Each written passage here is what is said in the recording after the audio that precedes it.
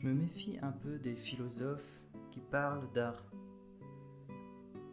Après tout, l'art est mystérieux, et ceux qui veulent l'expliquer rationnellement risquent de le trahir. Après tout, chacun est libre d'aimer ce qui lui plaît, et fixer des normes au bon goût et des critères à la beauté relève peut-être d'une sorte d'impérialisme culturel. Et si l'art est un langage, alors les œuvres d'art doivent parler d'elles-mêmes. La glose interminable consistant à leur faire dire tout un tas de choses que peut-être elles ne disent même pas vraiment pourrait bien les appauvrir plus que les enrichir. Il faudrait alors se taire, parler moins, contempler plus.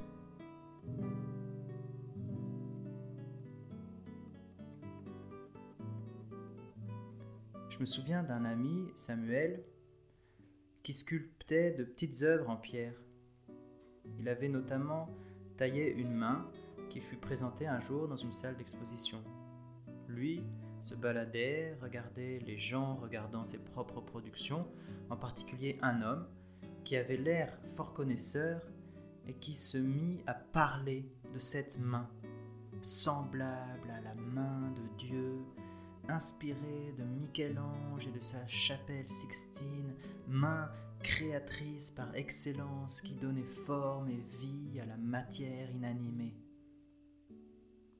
Samuel s'étonnait de se découvrir des inspirations inconnues de lui-même. Il admirait la manière dont cet homme perçait sous les apparences le mystère d'un sens caché, mais il se permit tout de même d'interrompre l'exégète autoproclamé pour lui exposer ses motifs.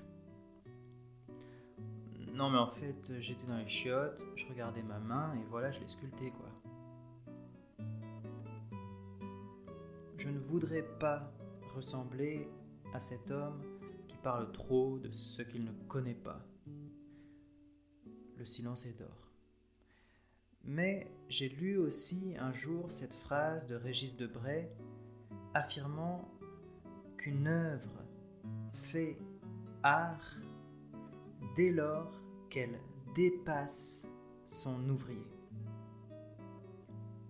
Et qui sait, peut-être Samuel avait-il créé une œuvre qui le dépassait, qui signifiait plus que ce que lui-même croyait.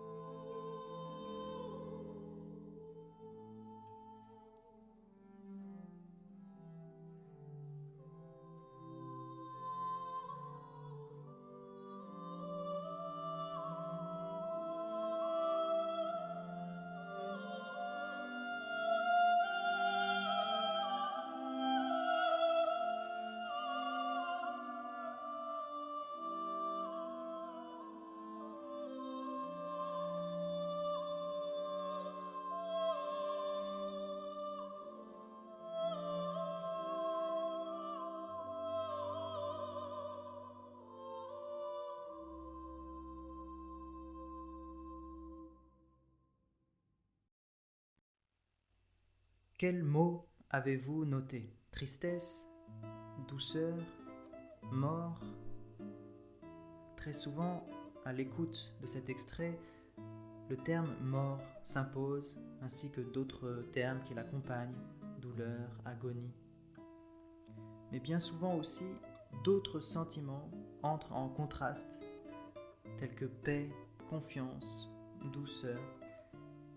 Certains vont jusqu'à dire des choses étranges telles que la paix d'un enterrement ou le départ d'un ami mais qui reviendra. J'espère que de telles idées vous sont venues à l'esprit. Si ce n'est pas le cas, ce n'est pas grave. Et je vais vous présenter maintenant cette œuvre. Il s'agit de la 3e leçon de Ténèbres de François Couperin, une œuvre baroque du début du XVIIIe siècle. C'est une musique liturgique, une musique religieuse, destinée à accompagner les cérémonies de la Semaine Sainte, c'est-à-dire pour les chrétiens la commémoration du moment où Jésus se prépare à mourir, abandonné des siens, en sachant que sa mort sera violente et douloureuse, en sachant aussi qu'elle ne sera pas définitive puisqu'il y aura résurrection. C'est donc un temps d'angoisse et d'espérance mêlée. Voici ce qui m'étonne. Dans cette œuvre, il n'y a que 2 instruments et 2 voix. Il y a quelques lignes mélodiques griffonnées sur une partition. Matériellement, ce n'est pas grand-chose. Et pourtant, on se trouve plongé dans un univers riche de significations. Je voudrais partir de cette remarque pour proposer une première définition. Une œuvre d'art est une porte ouverte vers un monde de signification. Ce n'est qu'une porte, c'est-à-dire une réalité relativement pauvre matériellement, mais qui nous fait entrer dans un monde riche spirituellement.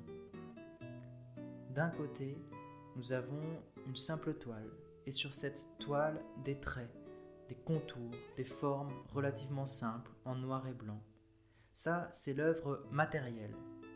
Elle se trouve à portée de regard. Tout le monde peut la décrire objectivement de la même manière. Mais de l'autre côté, nous avons la guerre, un sentiment d'horreur, de déchirement, de violence injuste s'abattant sur les hommes comme sur les bêtes. C'est l'œuvre spirituelle. D'un côté, nous avons quelques milliers de mots sur quelques centaines de pages. De l'autre, nous sommes emmenés dans un monde inconnu. Nous ressentons de l'empathie pour les personnages de ce monde. Nous craignons pour eux. Nous espérons avec eux. Nous nous identifions à eux.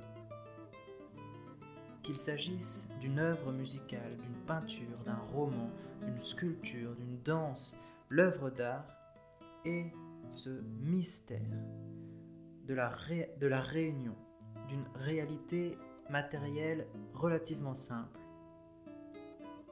et d'un univers de significations spirituelles riches et nombreuses. Certes, tout le monde n'y est pas sensible, et tout le monde n'est pas sensible aux mêmes œuvres. C'est que pour qu'il y ait art, il faut ce passage derrière la porte. Et ce passage dépend de la qualité de la porte, certes, mais aussi de la réception, de la sensibilité et de l'imagination du spectateur. L'œuvre d'art est une chose qui existe matériellement, créée par quelqu'un, mais elle n'existe pleinement que contemplée, que dans l'esprit du spectateur, au-delà peut-être de ses premières significations intentionnelles. C'est à ce mystère de l'œuvre matérielle spirituelle que je voudrais réfléchir avec vous pour essayer de comprendre un peu ce qui se joue dans la création artistique, dans l'émotion esthétique et dans l'interprétation des œuvres. Comprendre un peu ce qui se joue, pas tout ce qui se joue. Le but n'est pas de détruire le mystère, mais de l'approfondir.